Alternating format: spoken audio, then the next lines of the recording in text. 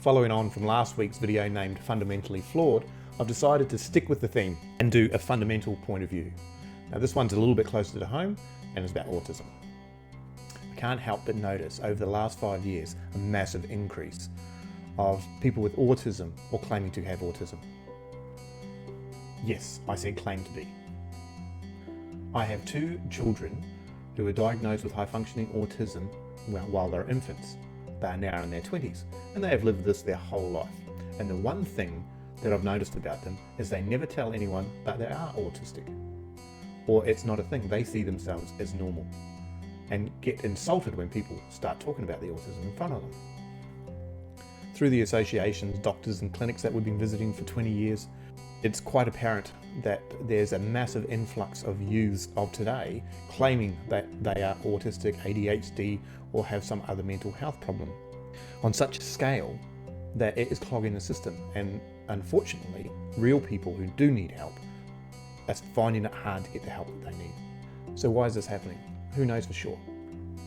I do see a lost generation of children who are looking to be a part of something.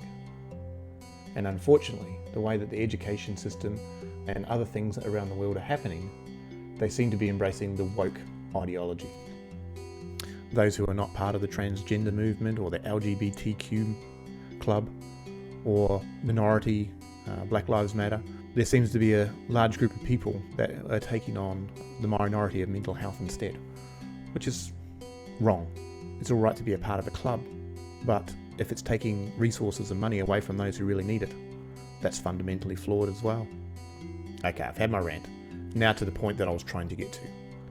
With the advancements of medicine, especially in gene therapy, there are a lot of talks of being able to correct defects in the gene nodes, and this could be tied to autism, a lot of other neurological diseases.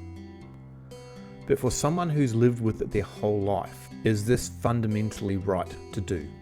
If we look at a lot of the high-profile autistic people in the world, Elon Musk, Bill Gates, if they took a therapy overnight and it changed them and took the autism away, would it change them completely? Would they be the people that they are today?